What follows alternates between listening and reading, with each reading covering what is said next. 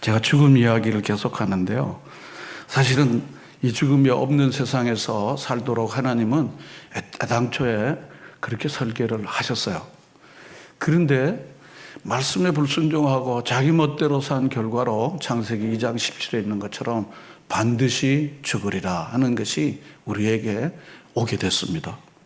그로부터는 죽음이 우리 인생의 일상적인 일이 됐습니다.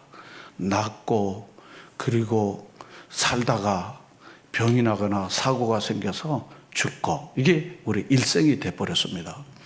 사실은 하나님이 죽으라고 우리 인생을 만드신 분이 아니십니다. 보시기에 심히 좋았더라 하셨던 하나님은 우리에게 죽음의 죽자도 창세기 1, 2장에 힌트도 없으십니다.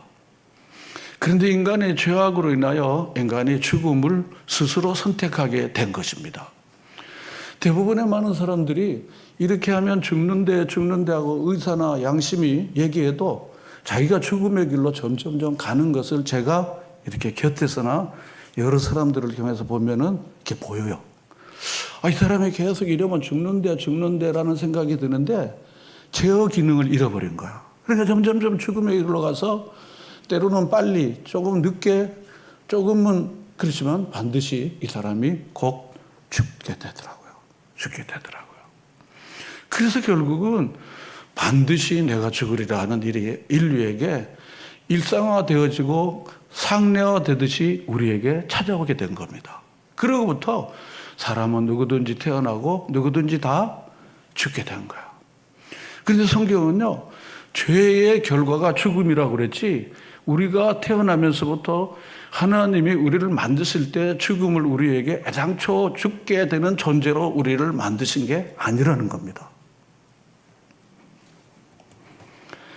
그런데 사도 바울은 이 이치를 하나님의 무한하신 사랑과 십자가 구속의 은혜를 알고 나서부터는요, 이 죽음이라는 게 이런 괘씸한 놈이 어디 있어. 그래서 제가 지난 주일 말씀을 전했습니다. 사망아, 내 쏘는 것이 어디냐. 사망에 쏘는 것은 율법이요, 율법을 우리에게 영원한 생명으로 바꿔주시는 예수 그리스도시다 하는 것을 감격한 거야. 죽음을 죽인 거야. 뿐만 아니라 죽음에 대하여 강력한 조롱을 이 사도 바울이 하게 된 겁니다. 저는 이 말씀을 계속해서 한 주간 이렇게 묵상하면서 죽음이라는 것은 바로 우리에게 일상화됐지만은 이것이 바로 우리에게 일상적으로 우리를 괴롭히는 것이 아니라는 것을 예수 그리스도의 십자가 부활의 진리를 통해서 알고부터 왠지 마음에 이렇게 평안이 일어나는 것을 제가 느낄 수 있게 되었습니다. 예수님께서 그래서 공생의 사역 동안 세 사람의 죽은 자를 살리신 기적을 행하셨습니다. 첫째는 나인성 과부의 아들을 살리셨어요. 두 번째는 회당장 야이로의 딸을 살리셨습니다. 한 번은 아들, 한 번은 딸, 한 번은 낮은 사람, 한 번은 높은 사람. 얼마나 예수님께서 이렇게 하시는 것들도 보면 참 골고루 공평하시구나 하는 것을 이렇게 엿보는 겁니다. 오늘 읽었던 말씀은 바로 나사로를 살리신 사건입니다. 그런데 앞서서 나와 있는 나인성 과부나 해당장 야이로의 딸은 나사로를 살리신 것처럼 이렇게 오랫동안 자세히 잘 설명해 주지는 않았습니다. 왜냐하면 간단하게 그를 살려주신 거예요. 간단하게 그를 살려주신 것입니다. 그런데 오늘 본문의 말씀을 보면은요, 어떻게 한 사람이 죽어가고 예수님이 죽음에 대한 입장은 어떠시고 주변의 사람들은 어떤 모습으로 이 죽음을 바라보고 있는지, 그리고 예수님께서 이후에 어떻게 죽음을 우리에게 삶으로 전환시키시는 것을 잘 설명해 주고 있습니다. 옛날 미국 선생님이 가르칠 때요, 중간중간 이렇게 이야기를 하대요. Do you follow me? Follow me? 이렇게 물어요. 잘 따라오고 있습니까? 따라오고 있습니까? 이렇게 물어요. Follow me? Follow me? Do you follow me? 이런 거. 잘 따라오고 있습니까? 이렇게 질문 던지더라고. 그러면 우리는 yes, yes 그냥 이렇게만 하죠. 그냥 그럭저럭. 여러분, 오늘 본문의 내용들을 여러분들이 뒤에 있든지 방송실에 있든지 유튜브로 듣든지 잘 이렇게 따라오시기를 제가 부탁을 드려요. 그러면 여러분들에게 오늘 주님이 주시는 말씀이 여러분의 마음속에 새로운 소망으로 가득 차는 시간이 분명히 될 줄로 믿습니다. 본문의 말씀을 보면요, 이제 오늘 다 일 수는 없었는데요, 11장 1절에 보면 병자가 있었다 그랬습니다. 그 병자는 누군가 하면 마리아와 마르다의 오빠였던 나사로다, 1절 그렇게 나와 있습니다. 잘 설명됐죠. 병자였습니다. 병자였습니다. 그래서 3절에 보면 병들었나이다 그랬습니다. 이 병들었다 그랬습니다. 무슨 병인지는 잘 몰라요. 병들었다 그랬습니다. 그런데 3절 보면은 사랑하는 자가 그랬습니다. 주여 보시옵소서, 사랑하는 자가 그랬습니다. 그런데 사랑하는 자가 죽어가거나 죽으면요, 슬픔이 5배나 더 10배나 더 많습니다. 상실지수 1위가 죽음이거든요. 곁에 있는 배우자의 죽음이 상실지수 1등입니다. 그런데 지금 예수님께서 이 나사로의 동생이었던 바로 마르다와 마리아를 특별히 사랑했습니다. 그런데 사랑할 수밖에 없었던 이유를 2절이 말해주고 있습니다. 2절 다 같이 읽을까요? 이 마리아는 향유를 주께 붓고 머리털로 주의 발을 닦던 자요. 아멘. 그렇습니다. 이 마리아는 향유를 주께 붓고 머리털로 주의 발을 닦던 자였습니다. 유일무이한 사람입니다. 예수님께 대하여 이와 같은 애틋한 사랑과 고백을, 감사의 고백을 했던 사람이 바로 마리아인데, 마리아의 오빠가 나사로인데 그 나사로가 죽은 거야. 그러니까 가장 가깝고 사랑스러웠던, 정말 애틋한 마음이 있었던 이 사람이, 나사로가 죽게 됐는데, 여러 가지 정황성으로 보면 몇 살인지 모르지만 마리아와 마르다와 이 나사로 전체를 보면은 젊은 나이에 죽었을 것이다 라고 하는 추측을 하는 게 어렵지 않습니다. 그러니까 사랑하고, 그리고 상당히 귀중한 사람인데, 내게 정말 잊을 수 없는 사람인데, 이 사람이 지금 병들고 거의 죽게 됐고 이후에 이제 죽었습니다. 그러니까 얼마나 마음에 그 슬픔과 아픔이 많았겠습니까? 사실은 우리가 많은 죽음 가운데 우리가 살아요. 누가 죽었대, 구약에 누가 죽었더라. 이게 구약에 계속 나온 얘기. 지금도 우리에게 진행형입니다. 죽었더라, 죽었다 그러더라. 그래서 이미 조의금 받은 경우, 축의금 받은 경우에는 가서 또 갚아야 되니까, 기브앤테이크니까 가죠. 조의금 내고, 그리고 조문하고, 밥 먹고, 아니면은 온라인으로 끝 정도죠.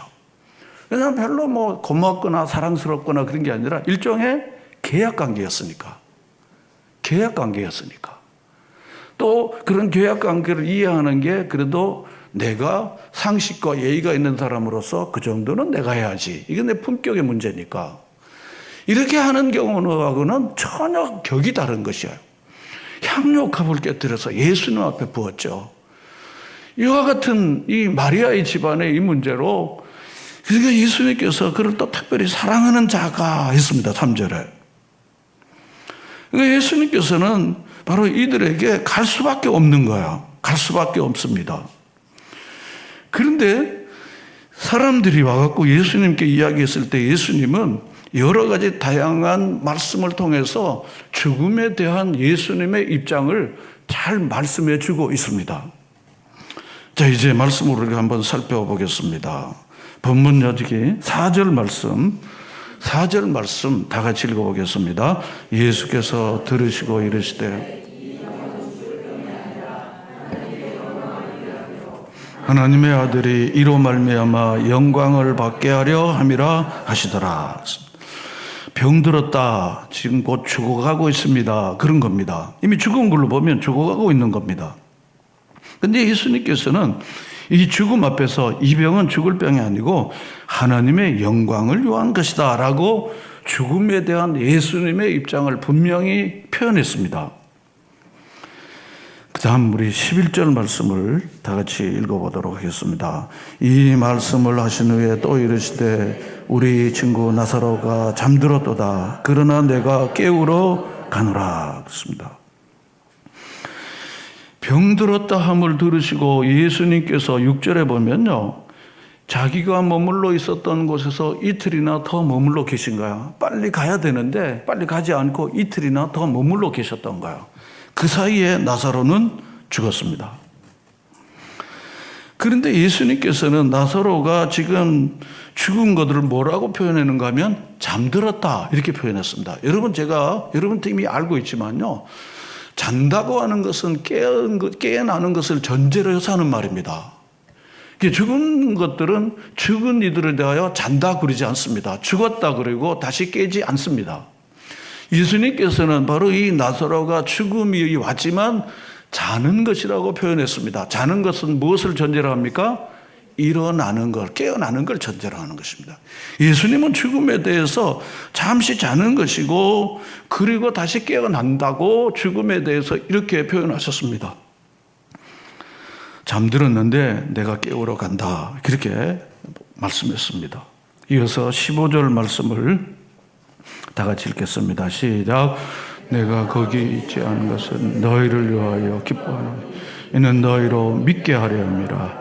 그러나 그에게로 가자 하시니 거기 있지 아니했습니다. 이틀간 더 머물러 있으니까 죽음의 현장에 예수님이 계시지 않았던 거예요. 근데 예수님이 거기 있지 않냐는 이유를 뭐라 그러는가 하면 너희를 위하여 기뻐하노니 너희로 뭐 하게 하려고 그랬죠?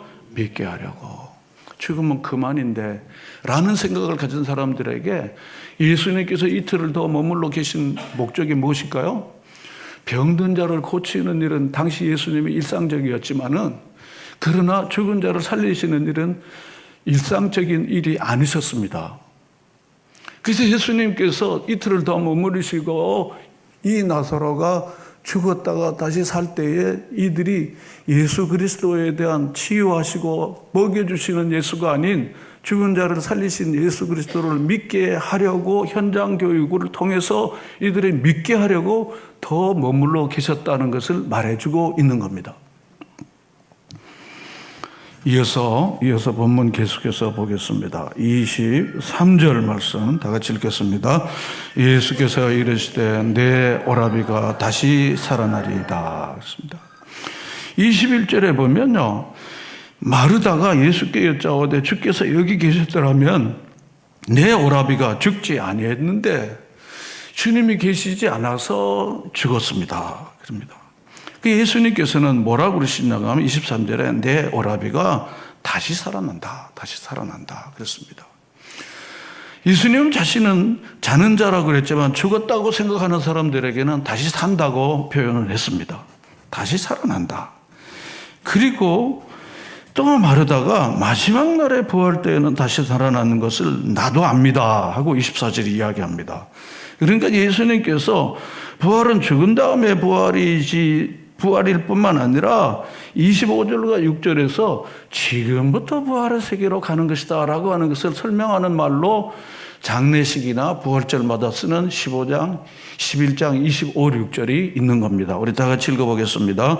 예수께서 이르시되 나는 부활이요 생명이니 나를 믿는 자는 죽어도 살겠고 무릇 살아서 나를 믿는 자는 영원히 죽지 아니하리니 이것을 내가 믿느냐 그랬습니다.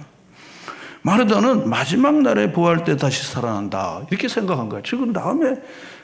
그러니까 이 예수님께서는 내가 부활이고 생명이니 나를 지금 믿는 자는 죽어도 살겠고 살아서 나를 믿는 자는 영원히 죽지 않는다는 건 죽음은 다음 문으로 통해서 영원한 세계로 들어가는 것이기 때문에 하나님 안에서 참 생명을 가진 자들에게 죽음은 다음 문으로 들어간다고 하는 것을 예수님께서 설명해 주신 것입니다. 따라서 마르다의 부활과는 죽은 다음에 예수님이 오늘 말씀하신 것은 예수를 구주로 영접하고 하나님의 자녀가 되면 지금부터 영원한 삶을 우리가 살게 된다라고 하는 것을 예수님께서 말씀해 주신 것입니다. 이어서 40절 말씀을 다 같이 읽어보겠습니다.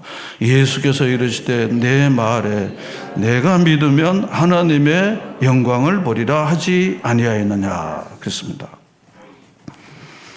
믿으면 하나님의 영광을 본다. 지금 누구를 지칭하는가 하면 주변의 조문객같이 장례를 준비하는 유대인들과 믿음이 들어갔다 나갔다 하는 반쪽 믿음을 갖는 마르다를 뜻해서 말하는 것입니다. 내 말을 내가 믿으면 하나님의 영광을 보게 된다. 하나님의 영광을 너의 눈으로 보게 된다는 거지. 봤어. 그렇게 우리가 이야기하는 경우가 가끔 있잖아요. 그런데 예수님께서 여기 39절에 보면요, 돌을 옮기라고 그랬어요. 돌을 옮기라고. 유대인들의 무덤은요, 예수님의 무덤도 있지만 돌로 막아 놓습니다. 돌로. 동굴 묘니까 이렇게 막아 놓습니다. 그러니까 예수님께서 이 돌을 옮기라고 그랬습니다. 돌을 옮기라. 그래야 내가 나사로에게 말씀으로 선포해갖고 나사로 살릴 때는 옮기라 그러니까, 이 마르다가 뭐라고 그랬는가 하면, 지금 죽은 지 며칠이 됐다고요? 나흘이 돼서 무슨 냄새가 난다고요? 시체 썩은 냄새가 나는데 뭘 돈을 옮깁니까? 이미 앞에서 계속해서 말씀하신 것들은 이 마르다에게는 별로 의미가 없는 거예요. 의미가 없는 겁니다. 저는 계속해서 설교를 하면서 설교를 잘 들으시고 그것을 믿음으로 고백하는 분들이 다수이지만, 설교가 별로 의미가 없으신 분들도 간혹 이야기를 해보면 나와요. 전혀 안 들은 것처럼, 아무것도 안 들은 것처럼 그렇게 표현하시는 분들도 계세요. 마르다 형이죠. 제가 앞서서 여러분 잘 따라오십시오. 팔로미 따라오세요. 여러분 말씀에 계속 귀를 기울이시고 말씀을 잘 들으면 여러분들의 믿음이 굳건하게 세워질 줄로 믿습니다. 이 말씀을 듣고 믿음을 굳게 세우는 일을 위해서 하나님이 우리를 이곳으로 불러주신 것입니다. 그러니까 돌을 옮기라 그러니까, 나흘이나 됐고 벌써 냄새가 나는데 돌은 왜 옮겨요? 이러는 거야. 부활이요 생명이다 이야기했고, 믿으면 영광을 본다고 그랬고, 또 그리고 내가 다스리라, 자는 게 아니라 죽을 병이 아니다, 잔다, 계속해서 말씀을 그 곁에서 말하다가 다 들었음에도 불구하고 전혀 안 들은 사람들처럼 엉뚱한 이야기를 이렇게 하는 거야. 세상의 사람들이 엉뚱한 얘기를 하면은 그럴 수 있죠. 그러나 하나님의 말씀을 계속 들었는데도 엉뚱한 이야기를 하면은 당황스럽죠. 그래서 예수님께서 내가 믿으면 하나님의 영광을 본다 그랬습니다. 믿으면. 네가 믿기만 하면은 네 눈으로 이 죽은 나사로가 다시 사는 것을 내가 뻥으로 허풍으로 얘기한 게 아니고 너의 두 눈으로 분명히 보게 된다는 것입니다. 여러분 믿음으로 하나님의 위대하시고 놀라우신 손길과 그 축복을 여러분 보는 영광을 누리시는 여러분 되시기를 바랍니다. 그건 그 사람 얘기고 나랑 아무 상관이 없다고 사는 것도 그분에게 속하고 그분의 자유입니다. 그렇지만 정말 믿으면 하나님이 주시는 그 영광이 우리에게 있다는 사실을 확신하고 믿고 우리가 나아가는 것이죠. 예수님은 이처럼 이 죽음에 대해서 잘 설명해 주시지만 찾아갔습니다. 본문 여기 33절에 가면요, 예수께서 그가 우는 것과 또 함께 온 유대인들이 우는 것을 보셨어요. 사랑하는 사람이 죽었는데 우는 게 그 당연한 거 아니겠습니까? 굉장히 아픈 게 당연합니다. 아프고 답답하죠. 힘들죠. 그리고는 예수님이 33절에 뭐라고 그런가 하면 심령에 비통히 여기시고 그랬습니다. 불쌍히 여기시고 그랬습니다. 예수님은 바로 이 나사로가 곧 다시 살게 되어서 이 사람들의 눈물이 오히려 감격으로 바뀌어질 것을 이미 그리고 있었지만은, 예수님은 그 당시 현장에 가서는 그들이 울고 우는 걸 보시고 비통히 여기고 불쌍히 여기셨습니다. 이 말씀에 담겨있는 묘한 뜻은 무엇인가 하면 38절에도 다시 속으로 비통히 여기셨다 그랬습니다. 어떤 주석에는 이렇게 표현하고 있습니다. 예수님이 화가 나서 씩씩거리며 나사의 무덤으로 가셨다는 거죠. 그것은 바로 우리 인생의 파괴자인 바로 죽음의 세력을 가진 이 사단이 와서 우리 인생들을 이렇게 울게 만들고 고통스럽게 만드는 이 죽음의 세력에 대한 하나님의 아들 예수님, 죽음의 생명을 가지신 예수님께서 우리 하나님의 자녀들이 갖는, 이 백성들이 갖는 이 고통에 대한 거룩한 분노입니다. 비통히 여기셨다는 것이. 그러는 이 죽음의 세력들아 내가 너를 다 깨트려 버릴 것이다 하는 강력한 의지를 가지고 지금 예수님께서 이 나사로의 묘 앞에, 나사로의 죽음 앞에 나아가는 겁니다. 본문에 비통히 하는 표현이 33절과 8절에 계속 나오고 있습니다. 그리고 35절에 예수님께서 어떻게 하셨습니까? 예수께서 눈물을 흘리셨습니다. 예수님이 눈물을 흘리시는 광경은 그렇게 일반적이지 않습니다. 사랑하는 자요, 그리고 젊은 나이에 제대로 뜻을 다 이루지 못하고 죽었고 온 식구들이 이 죽음 때문에 아파하는 그 현장에서 부활을 확신했지만 예수님은요, 그들과 같은 마음, 같은 아픔을 가졌던 거예요. 눈물을 흘리셨습니다. 눈물을. 예수님은 죽음의 세력에 대한 거룩한 분노가 있으셨지만요, 그러나 아파하는 자들과 같이 아파하시는 감정의 그 아픔을 그대로 가지고 계셨다는 거죠. 오늘 많은 사람들이 생존, 경정, 더 나은 삶에 대한 목적으로 인하여 점점 아파하는 아픔, 슬퍼하고 괴로워하고 서로 같이 아파하는 소위 말하는 아픔의 감정이 점점 사라지는 현실 가운데 우리가 살고 있지 않나 하는 생각이 들어요. 물론 이미 바울은 말세에 무정하게 된다 그랬습니다. 무정하게 된다. 별로 눈물이 별로 없습니다. 상당히 많은 분노할 수 있는 준비가 엄청 많이 갖춰져 있어요. 굉장히 분노할 수 있는 이 축적되어 있는 이 분노, 서운한 감정이 폭발할 수 있는 항상 준비가 갖춰 있습니다. 위로할 수 있고 아파하고 울을 수 있는 준비보다는 이 분노하고 공격할 수 있는 준비가 우리에게 얼마나 많이 갖춰 있는 것이 오늘날 우리의 삶의 풍토가 아닐까라는 주관적 생각을 갖습니다. 그래서 조심해야 합니다. 왜냐하면 이 사람의 분노를 표할 수 있는 준비가 갖춰 있기 때문에 조심해야 돼요.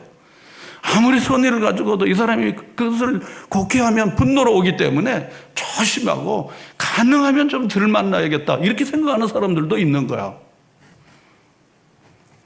예수님은요, 분명히 다시 살아날 것에 대한 확신이 있었지만요, 우는 것을 보시고 안타까워하시며 비통해 하시면서도요, 눈물을 흘리셨다는 거죠.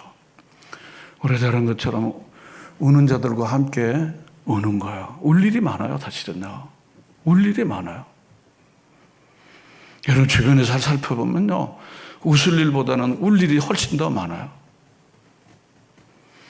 겉은 멀쩡해 보이지만요, 정말 아파하고 고통하고 괴로워하는 분들이 생각보다 많으십니다. 그러니까 울 일이 많아요. 울 일이 많아요. 여러분 좋은 상담이 뭔지를 여러분이 이미 경험해서 알잖아요. 같이 손잡아주고 울기만 하면요, 이미 힐링은 다 끝난 겁니다. 무슨 티칭이 아니에요. 뭐 이렇게 해라 저거 이렇게 해라 교훈하고 지시하는 저희 지시 상담은 옛날 고물입니다. 그냥 손잡아주고 같이 울어주는 거예요. 얼마나 힘들어서, 얼마나 아파서, 같이 있어주지 못해서 너무 미안해. 이거 우리가 잘 알잖아요. 예수님께서 그 본문을 보여주신 거예요. 부활을 눈앞에 두고서도요, 그 부활의 영광이 있기 때문에 이렇게 말할 수 있어요. 아니 천국 갔는데 왜 울어? 이게 전형적인 율법주의적인 신앙을 가진 사람들이 할 수 있는 형태예요. 죽는다 그래서 뭐 운다 그래서 죽은 사람이 살아나? 이제는 애들 데리고 살궁리 내야지. 울지 마라, 울지 마라.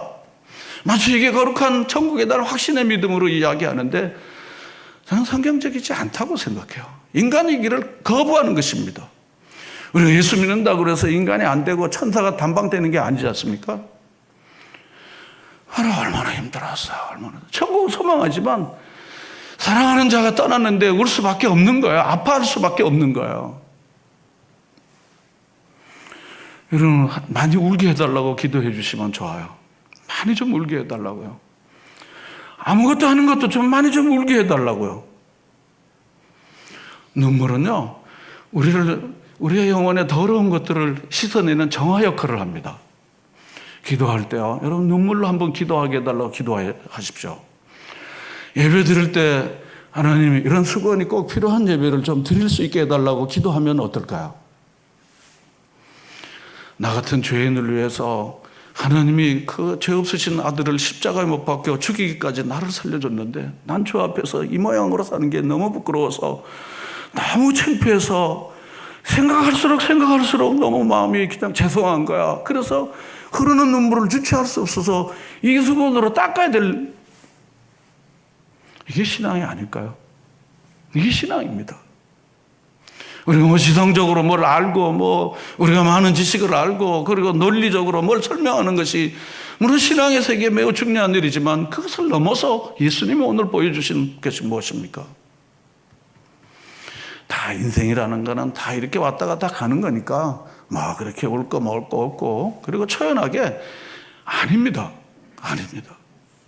예수님께서 오늘 바로 눈물을 흘리시면서, 그리고 36절에 뭐라고 하는가 하면 이에 유대인들이 말하되 보라, 그를 얼마나 사랑하셨는가 하며, 유대인들이 곁에서 예수님이 눈물을 흘리시는 걸 보고 이 예수님께서 얼마나 이 나사로를 사랑했는지를 우리는 알게 됐다 그런 겁니다.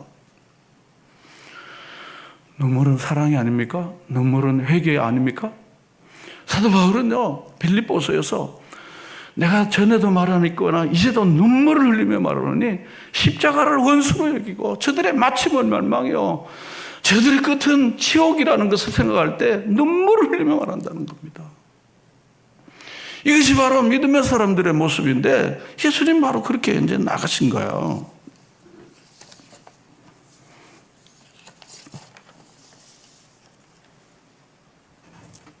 슬퍼하는 게 당연하지만 슬픔에는 반드시 소망이 따라야 한다는 것을 잘 보여주고 있습니다.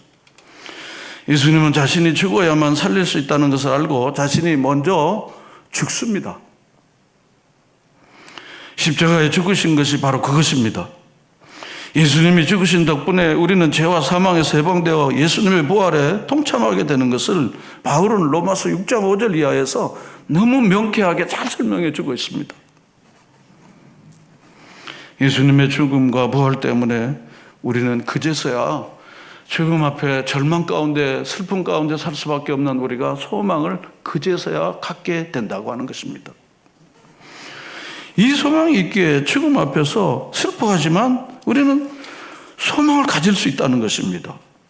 사실 슬픔과 소망이 상호 배타적이라고 보는 경향이 있지만 예수님의 십자가 부활을 믿기에 슬픔 중에 소망을 가질 수 있다는 것입니다. 슬픔도 소망이라는 소금을 치지 않으면 고기처럼 상하게 된다는 것입니다. 슬픔을 소망에 절이면 지혜와 긍휼과 겸손과 애정이 싹트게 되는 거죠. 충분히 슬퍼하되 깊은 소망을 가지라 그렇습니다. 그래서 사도 바울은 데살로니가전서 4장 13절에서 소망 없는 다른 이와 같이 슬퍼하지 말라 이렇게 말했습니다. 이 말씀은 무슨 뜻인가 하면요, 우리가 슬퍼하는 것은 사랑하는 자가 떠났는데 슬퍼하지만 그러나 이 슬픔을 소망으로 덮어진 자답게 죽음을 맞이해야 한다는 것입니다. 자, 그러면은 그리스도인이 죽음 앞에서 누리는 독보적인 소망의 특성이 무엇인지를 제가 오늘 4가지로 말씀을 드리려고 합니다. 첫째, 이 소망은 무엇이다고요? 인격적이다 하는 것입니다. 데살로니가전서 4장 16에서 18절 말씀을 우리 다 같이 여러분의 입으로 다 같이 읽겠습니다. 시작.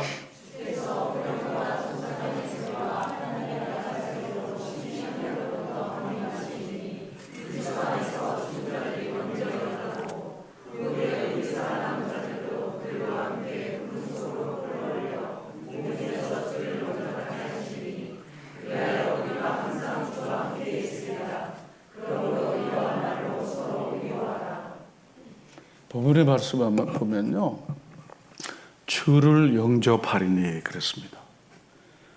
그래서 우리가 항상 주와 함께 있겠다 그런 것입니다. 주님과 인격적으로 만나서 그의 얼굴을 보고 있겠다 하는 것입니다. 그래서 이 소망은 매우 인격적이다 하는 것을 우리에게 잘 말해주고 있는 겁니다. 두 번째로 이 소망은 굉장히 물리적이라 하는 것입니다. 이 가시적이고 형태적이라는 것입니다. 누가복음 24장 37에서 43절 보면요, 길어서 올리질 않았는데요, 예수님께서 부활하신 다음에 영은 살과 피가 없으되 나는 살과 피가 있다고 하시고, 그리고 제자들과 함께 음식을 생선과 함께 잡수셨습니다. 그러므로 이 소망은 영적인 것일 뿐만 아니라 물리적으로 사람들과 함께 더불어 행하는 모든 변화된 새로운 일이라 하는 것입니다. 세 번째로 이 소망은 기쁨으로 충만한 것입니다. 데살로니가전서 4장 17절 우리 다 같이 읽어볼까요?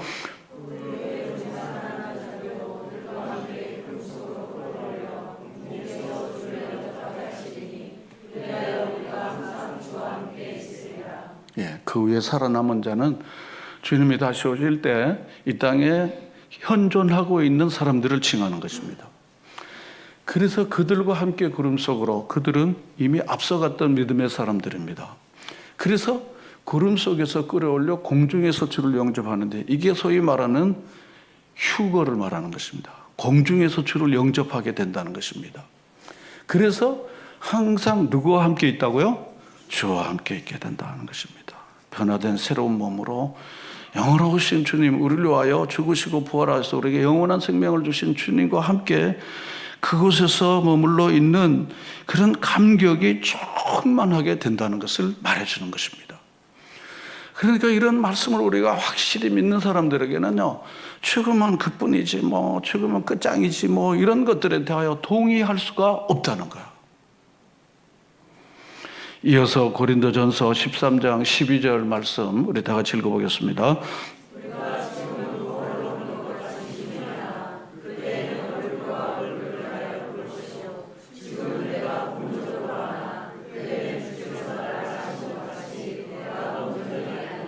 아멘. 여기 이 거울은요, 옛날 색경 같은 거 말하는 거예요. 우리 어머니들이 이 잡는 천빛에다가 색경 이런 거 말합니다. 잘 안 보이는 거 말하는 거예요. 당시 시대 색경 같은 거 말하는 거예요. 지금 거울 하면 이 본문을 잘 이해할 수가 없어요. 우리가 지금은 거울로 보는 거지, 거울로 보는 게 희미하지 않습니다. 아주 선명합니다. 그때 거울은 우리 옛날 우리 어른들이 했던 색경 같은 거 얘기하는 거예요. 희미하지만 그때에는 어떻게 해요? 얼굴과 얼굴을 대하는 것이다. 부활하신 주님이 변화된 새로운 형체로 변화된 우리가 주님을 그렇게 선명하게 바로 주님과 함께 있게 될 것을 바울은 이렇게 말씀한 것입니다. 이어서 요한일서 3장 2절 말씀 다 같이 읽어보겠습니다.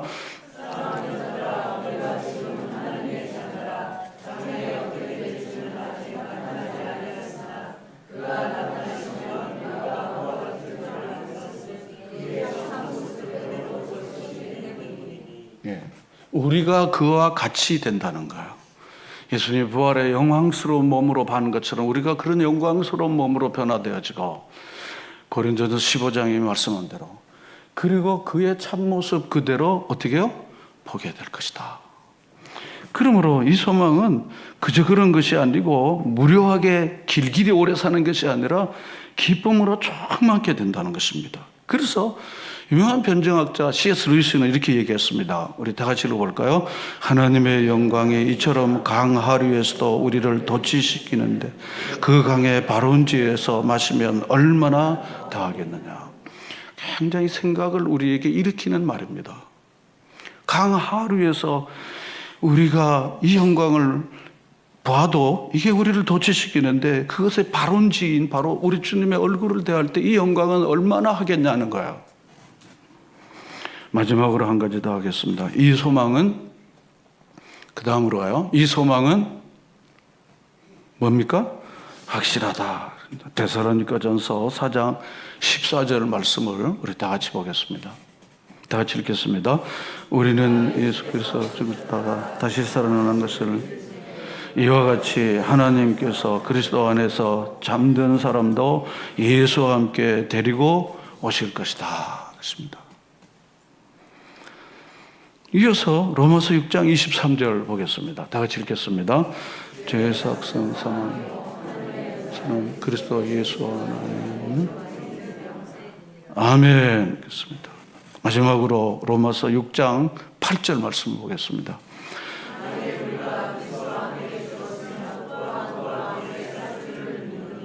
아멘. 그렇습니다. 분명히 바로 이 성경의 하나님 말씀을 우리에게는 확증을 반복해서 주고 있는 것입니다. 예수님께서 마가복음 5장에 야일의 딸을 고치셨어요. 얘야 일어나, 달리다고 하면 얘야 일어날 시간이야, 이렇게 말씀하며 그 야이로의 딸을 살리신 것입니다. 스펄전 목사님은 그렇게 이야기를 했어요. 예수님께서 허다한 무덤을 다 데쳐놓고 나사로의 무덤 앞에 살리신 것은 앞으로 모든 주 안에서 자는 자들과 혹시 죽는 자들이 이 나사로처럼 다 이렇게 살아났을 것을 예시적으로 마치 모델하우스를 보내준 것처럼 보여주신 것이다 하고 우리에게 말씀해 주셨습니다. 우리 D.L. 무디 이야기를 하고 오늘 말씀 마치겠습니다. 다 같이 우리 무디 이야기를 보겠습니다. 다 같이 읽겠습니다. 머지않아 시카고의 여러 신문 D.L. 무디의 부고가 실리거든 절대로 믿지 말라. 그 순간 나는 지금보다 더 생생하게 살아있을 것이다. 아멘.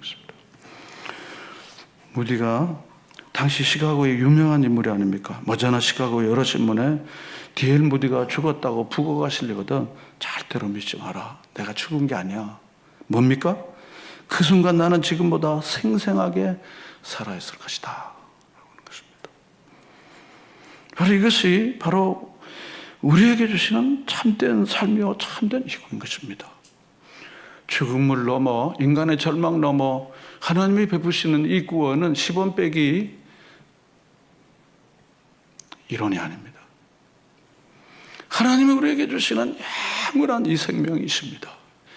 아무 인간의 수고와 노력으로도 얻을 수 없는, 인간이 아무리 했어도 너도 이 죽음의 사슬에서 벗어날 수 없는 인간들에게 주시는 하나님의 위대하고 놀라우신 거저 주시는 선물이십니다.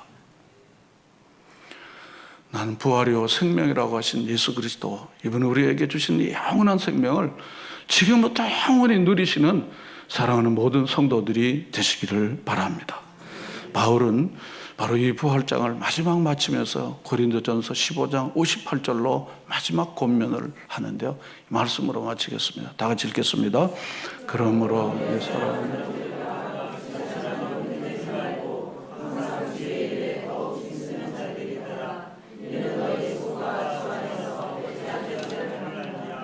아멘. 기도하겠습니다. 할렐루야. 참 좋으신 하나님 아버지, 누구나 찾아오는 이 죽음 앞에 꼼짝 못하고 그저 슬퍼하며 그저 낙심하며 그리고 인생이 다 이런 거지 뭐 이렇게 생각하는 우리 인생들에게 자는 거야, 죽은 게 아니야. 그리고 다시 살아날 거야. 그리고 내가 믿으면 살아나는 이 모습을 통하여 하나님의 영광을 보게 될 거야. 그렇게 말씀하시면서 한편으로 아파하시면서 한편으로 죽은 나사로를 살리셔서 우리에게 참된 영원한 생명이 어떠한지를 우리에게 가르쳐 주시는 우리 주 예수 그리스도의 이 신기하고 놀라운 말씀을 마음에 안고 하나님 아버지, 이 땅에서 살아도 주를 위하여 살게 하시고 죽어도 주를 위하여 사니 사나 죽으나 주의 것이라고 고백하는 그리스도인으로 모두 살게 해 주시옵소서. 내 사랑하는 형제들아, 견실하여 이제는 더 이상 흔들리지 말고 항상 주의 일에 더욱 힘쓰는 자들이 되라. 이는 너희 수고가 주 안에서 헛되지 않은 것을 확신하며 하나님 이렇게 살아내는 하나님 모든 주의 백성들이 되게 하여 주시옵소서. 예수님의 이름으로 기도합니다. 아멘.